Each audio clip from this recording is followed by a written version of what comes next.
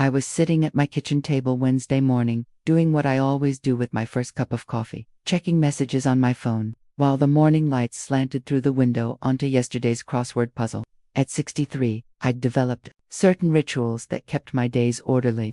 Coffee first, messages second, then the news if I felt brave enough. The text from Dylan had come in at 6:43 a.m., which struck me as odd. My son wasn't what you'd call an early riser.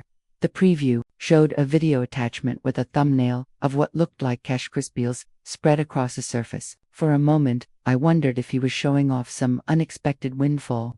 Dylan had been struggling financially since his divorce 2 years ago, working odd jobs and asking for the occasional loan. I tapped play. The video started shaky, like he was holding his phone with one hand. I could see stacks of $20 bills arranged on what looked like a hotel room bed, the kind with the generic floral comforter you see in chain motels. Dylan's voice came through clearly. Last batch moved, clean, ready for the next transfer Friday. The camera panned slightly, and I caught sight of papers scattered near the money. My heart did something funny when I glimpsed my own name on what looked like bank documents. She's perfect for this, Dylan continued, his voice holding that confident tone he'd had as a teenager when he thought he was being clever. No, one suspects a sweet older lady. Heck, she doesn't even balance her own checkbook half the time. The camera moved again, focusing on the papers. There was my signature, or something that looked very much like it next to dollar amounts, that made my coffee cup rattle against the saucer when I set it down. Next drop is Friday night, same account, same process. She'll never know the difference. The video ended. I sat there for a long moment, listening to the kitchen clock tick and watching a robin hop across the back deck. My hands felt steady, which surprised me. Inside, though, something had shifted, like when you're walking downstairs in the dark and think there's one more step than there actually is. I played the video again, and once more after that. By the third viewing, I'd made my decision. I wasn't going to call Dylan immediately, wasn't going to demand explanations or throw accusations around like an angry parent. If he thought I was still in the dark about whatever this was, maybe I could find out exactly how deep it went. After all, I'd taught 8th grade math for 32 years before retirement. I knew something about gathering evidence before drawing conclusions. Just never thought I'd need to investigate my own son. Dylan set a mug of coffee down on the table near where I was standing. "How's the coffee?" I turned from the window and picked up the mug, grateful to have something to do with my hands. "Perfect, thank you." We chatted for another 15 minutes about safe topics: the weather, my neighbor's new fence, a book I was reading, a normal mother and son conversation. The whole time, Dylan's phone kept buzzing with text messages, and I could see him fighting the urge to check them. When I finally left, I drove around the block twice before going home to make sure I wasn't being followed. It seemed ridiculous, but nothing felt quite real anymore. Back in my kitchen, I sat down with a notepad and wrote down everything I could remember from that phone call. Warehouse on North Side. Friday night. Same amount as last time. North Side. The same words from that company in Chicago, Northside Distribution, LLC. I stared at those words until they started to look strange and foreign. Then I tore the page from the notepad and tucked it into my purse next to my grocery list and a gas station receipt. Some secrets, I was learning, had a weight to them. And this one was getting heavier by the hour. Saturday morning, the Riverside Cafe called Dylan Saturday morning and suggested lunch. "I've been thinking about what you said," I told him, "about helping your business more. Maybe we could talk about it over sandwiches." "Sure, Mom. That sounds great." His voice had that pleased tone he used when he thought things were going his way. "How about that place by the river?" Noon.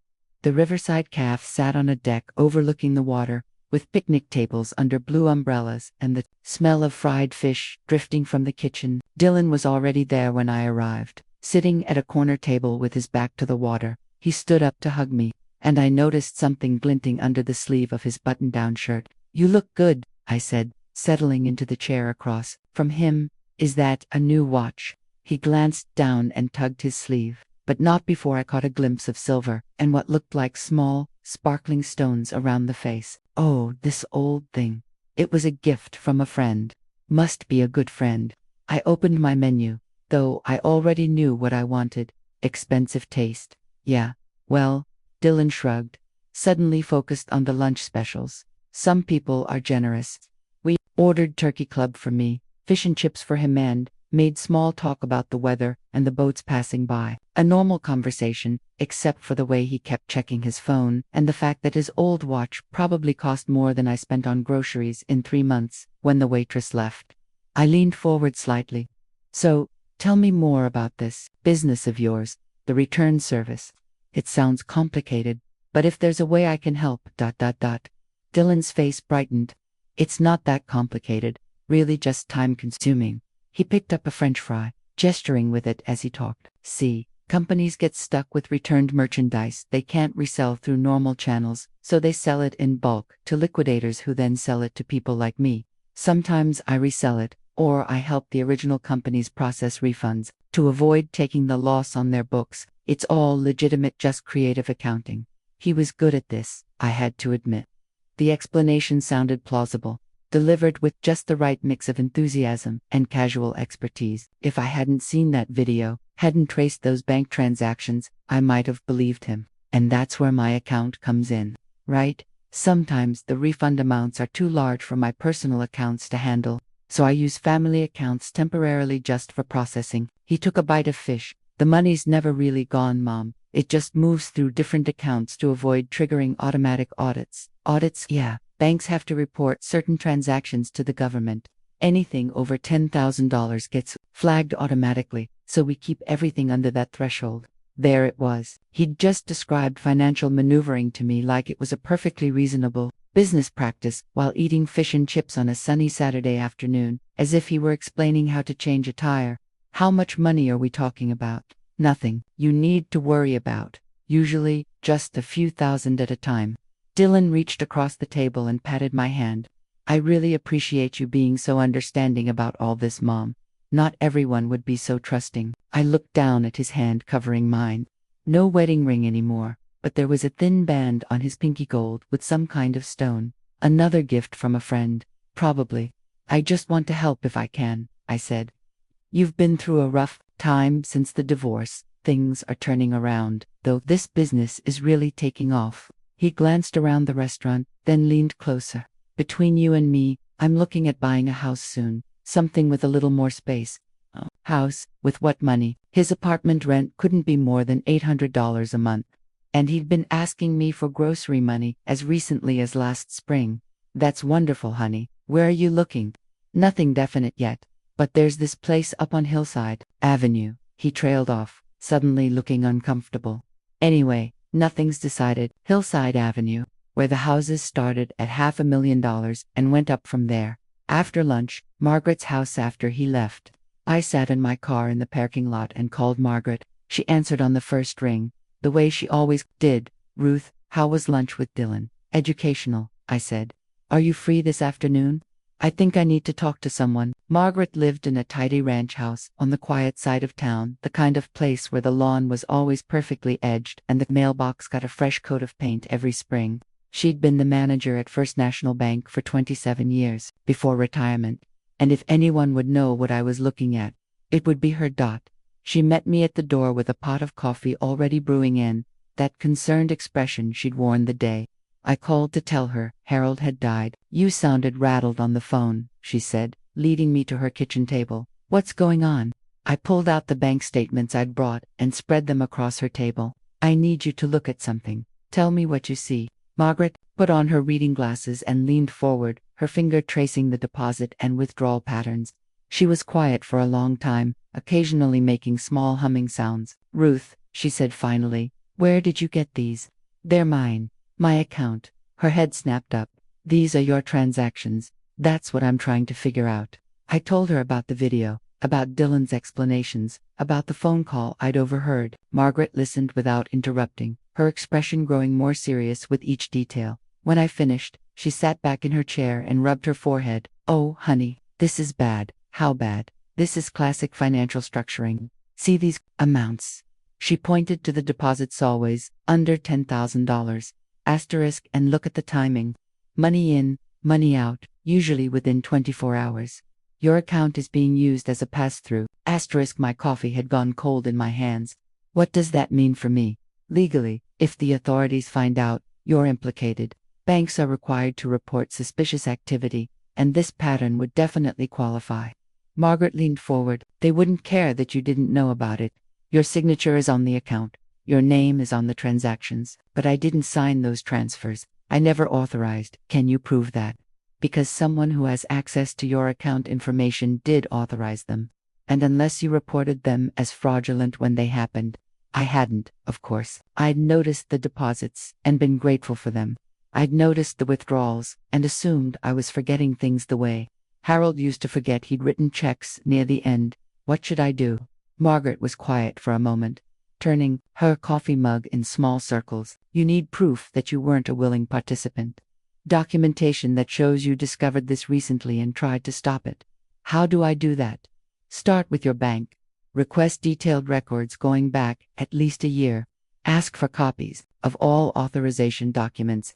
If Dylan forged your signature or used electronic access without your knowledge, there might be a trail. She paused. But you have to be careful about how you do this. What do you mean? Think about it, Ruth. If Dylan is involved with people who move this kind of money, and he realizes you're investigating. She didn't finish the sentence, but she didn't need to.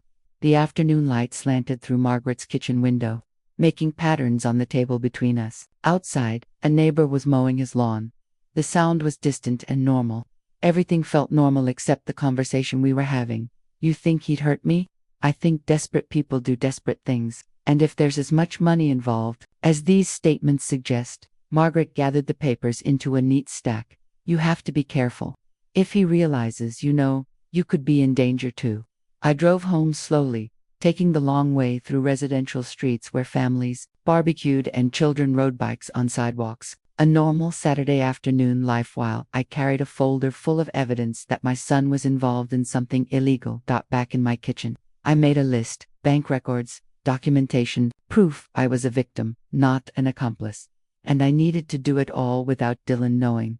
The hardest part, realizing Margaret was right. The boy who'd brought me dandelions might be dangerous now. Some truths I was learning had teeth. Sunday evening, the confrontation. I was at the kitchen table.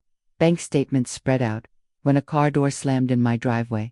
Through the window, I saw Dylan striding up the path, quick, purposeful. He wanted something. I swept the papers under the newspaper just as the doorbell rang. Mom, Dylan called through the door. It's me. I opened it to find him slightly out of breath, keys still in hand. Dylan, this is a surprise. Hey, sorry to drop by unannounced, but I need to run a quick deposit through your account. Is that okay? He was already moving past me toward the kitchen, where my laptop usually sat. Thankfully, it was closed tonight. Actually, I was just heading out, I said.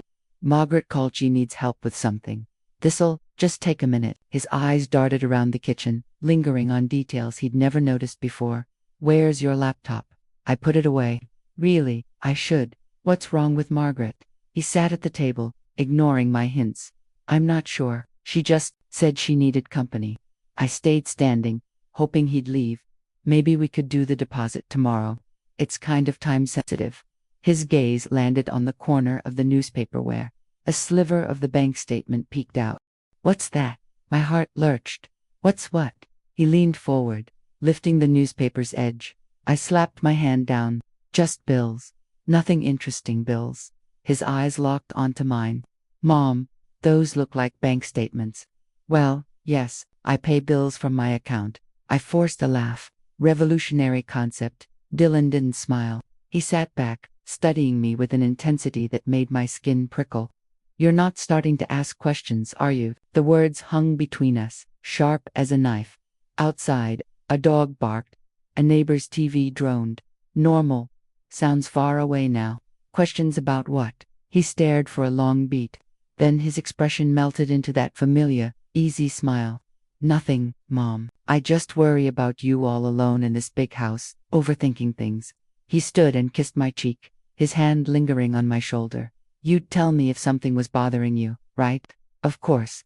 I'll call you tomorrow about that. Deposit. He paused at the door. Enjoy your evening with Margaret. The safe and the plan. After his car disappeared down Elm Street, I locked the statements in Harold's closet, safe hands shaking, then called Margaret. I used you as an alibi. I think he suspects something. I described his visit, the stare, the question, the weight of his hand. Margaret exhaled. Ruth, you need to move faster. If he's suspicious, maybe stay somewhere else for a few days. I looked around our bedroom, the wedding photo, the wallpaper I'd chosen 15 years ago. Leaving my home because I feared my son, but I remembered his eyes. Impossible was exactly what this had become. Monday, the trap I want to do. What we talked about. I told Margaret. Set up proof. After yesterday. Are you sure? Especially after yesterday. My coffee had gone cold. If I'm going to catch him, it has to be now. She arranged a monitored account to track every transaction. Then I'd offered Dylan $15,000, enough to make him careless. Tell him it's for his debts, I said. For that house. That's a lot to risk, Ruth. It's not at risk. If he launders, it will have proof.